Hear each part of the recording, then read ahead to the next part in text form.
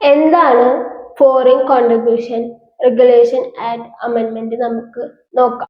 എന്തിനാണ് ഈ ഒരു അമെൻമെന്റ് കൊണ്ടുവന്നതെന്ന് വെച്ചാൽ ഫോറിൻ ഫണ്ടിങ്ങിൽ ട്രാൻസ്പെറൻസി കൊണ്ടുവരാനും അതുപോലെ തന്നെ അക്കൗണ്ടബിലിറ്റി കൊണ്ടുവരാനും അതുപോലെ എങ്ങനെയാണ് ഫോറിൻ ഫണ്ടിങ് യൂട്ടിലൈസ് ചെയ്യണതെന്ന് മോണിറ്റർ ചെയ്യാനും അതുപോലെ തന്നെ ഫോറിൻ ഫണ്ടിങ്ങിന്റെ ഡോളറിനെ ഡിസ്ക്ലോസ് ചെയ്തിട്ട് എവിടെ നിന്നാണ് ഈ ഒരു സോഴ്സ് ഓഫ് ഇൻകം വരുന്നത് അതൊക്കെ ഡിസ്ക്ലോസ് അതിലൊക്കെ ട്രാൻസ്പെറൻസി കൊണ്ടുവരാനാണ് ഈ ഒരു അമെൻമെന്റ് ബില്ല് കൊണ്ടുവരുന്നത്.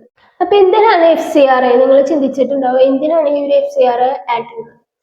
അപ്പോൾ മെയിനായിട്ട് ടെറർ ഫണ്ടിങ് നിർത്തലാക്കാം, അതുപോലെ തന്നെ മണി ലോണ്ടറിങ് നിർത്തലാക്കാം, അതുപോലെ നാഷണൽ സെക്യൂരിറ്റിനെ അല്ലെങ്കിൽ ഇന്റർനാഷണൽ സെക്യൂരിറ്റിനെയൊക്കെ പ്രൊട്ടക്ട് ചെയ്യാം. അപ്പൊ ഇതിനൊക്കെ വേണ്ടിയിട്ടാണ് FCRA കൊണ്ടുവന്നത്. അപ്പൊ എന്താണ് ഇതിന്റെ മേജർ അമെൻമെന്റ്സ് നോക്കാം. അപ്പോൾ പർപ്പസ് ബേസ്ഡ് സെലക്ഷൻ ആണ്. ഓപ്ഷൻസ് ഉണ്ടാവും, ആ ഓപ്ഷനിൽ നിന്നായിരിക്കണം നമ്മുടെ പർപ്പസ് സെലക്ട് ചെയ്യുന്നത്. അതുപോലെ തന്നെ റിലീജിയസ് ആക്ടിവിറ്റീസിലും ഫണ്ടിങ് നിർത്താം. അത് എന്തിനൊക്കെ വേണ്ടിയെന്ന് പറഞ്ഞാൽ റിലീജിയസ് ഇൻസ്റ്റിറ്റ്യൂഷൻ മെയിൻറ്റെയിൻ ചെയ്യാനും കൺസ്ട്രക്ട് ചെയ്യാനും വേണ്ടിയിട്ടായിരിക്കണം. അപ്പോൾ റിലീജിയസ് ഫെയ്ത്ത് പ്രിസർവ് ചെയ്യാനും വേണ്ടിയിട്ടായിരിക്കണം റിലീജിയസ് ആക്ടിവിറ്റിക്കുള്ള ഫണ്ടിങ് എന്ന് പറയുന്നത്. ഇതിനി റിന്യൂ ചെയ്യാനോ അതല്ലെങ്കിൽ ക്യാൻസലേഷൻ അവോയ്ഡ് ചെയ്യാനോ NGOs അവരുടെ ഫോറിൻ കോൺട്രിബ്യൂഷനിൽ നിന്ന് 10 lakh എങ്കിലും അറ്റ്ലീസ്റ്റ് 10 lakh എങ്കിലും യൂട്ടിലൈസ് ചെയ്യണം. ദാറ്റ് ഈസ് അവരുടെ പ്രീവിയസ് 2 ഫിനാൻഷ്യൽ ഇയറിന്റെ ഫോറിൻ കോൺട്രിബ്യൂഷനിൽ നിന്ന് 10 lakh എങ്കിലും യൂട്ടിലൈസ് ചെയ്താൽ മാത്രമാണ് റിന്യൂ അല്ലെങ്കിൽ ക്യാൻസലേഷൻ അവോയ്ഡ് ചെയ്യാൻ പറ്റുള്ളൂ. അതുപോലെ തന്നെ പ്രൊജക്ട് ബേസ്ഡ് ഫണ്ടിങ്ങിന് ദാറ്റ് ഈസ് പ്രയർ മുൻകൂട്ടി അപ്രൂവൽ വേണം പ്രൊജക്ട് ബേസ്ഡ് ഫണ്ടിങ്ങിന്.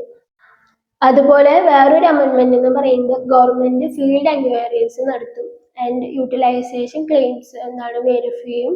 അതുപോലെ തന്നെ വേറൊരു അമെൻമെന്റ് എന്ന് പറയുന്നത് ഇനി എക്സ്ട്രാ പർപ്പസ് ആഡ് ചെയ്യാനോ അല്ലെങ്കിൽ സ്റ്റേറ്റ് ആഡ് ചെയ്യാനോ അല്ലെങ്കിൽ യൂണിയൻ ടെറിട്ടറീസ് ആഡ് ചെയ്യാനോ ദറ്റ് ഈസ് അഡീഷണൽ ഫീസ് 300 രൂപ കൊടുക്കേണ്ടി വരും.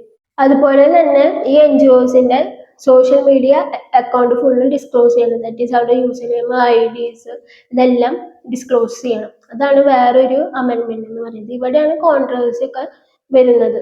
അതുപോലെ തന്നെ വേറൊരു ഇമ്പോർട്ടൻ്റ് അമെൻമെന്റ് എന്ന് പറയുന്നത് അൾട്ടിമേറ്റ് ഡോണർ ഡിസ്ക്ലോസ് ചെയ്യണം. ദാറ്റ് ഈസ് എവിടെ നിന്നാണ് ഈ ഒരു ഫണ്ടിങ് റൂട്ട് അതൊക്കെ ഡിസ്ക്ലോസ് ചെയ്യുക, ആരാണ് തരുന്നത് അതൊക്കെ മെയിനായിട്ടും ഡിസ്ക്ലോസ് ചെയ്യണം. അതുപോലെ തന്നെ ഇന്റർമീഡിയറി റെമിറ്റൻസ് വെഹിക്കിളിന്റെയും ഡിസ്ക്ലോഷർ ഡീറ്റെയിൽസ് ഡിസ്ക്ലോസ് ചെയ്യണം. ദാറ്റ് ഈസ് ആരാണ് കൈപ്പറ്റുന്നത് അതൊക്കെ ഡിസ്ക്ലോസ് ചെയ്യണം, ആളുടെ ഡീറ്റെയിൽസ് ഒക്കെ ഡിസ്ക്ലോസ് ചെയ്യണം.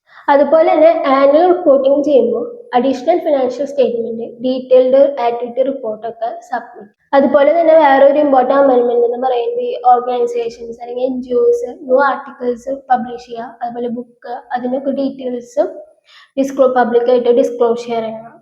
ഇതൊക്കെയാണ് പ്രധാനപ്പെട്ട അമെൻമെന്റ്സ് എന്ന് പറയുന്നത്. അപ്പൊ നിങ്ങൾക്ക് ഈ ഒരു വീഡിയോ ഉപകാരപ്രദമായി തോന്നുന്നു നിങ്ങൾ തീർച്ചയായും സബ്സ്ക്രൈബ് ചെയ്യുക, സപ്പോർട്ട് ചെയ്യുക. അപ്പൊ നിങ്ങളുടെ അഭിപ്രായങ്ങൾ കമന്റ് ആയിട്ട് രേഖപ്പെടുത്തുക ഇതിനെ കുറിച്ച്. Thank you for watching.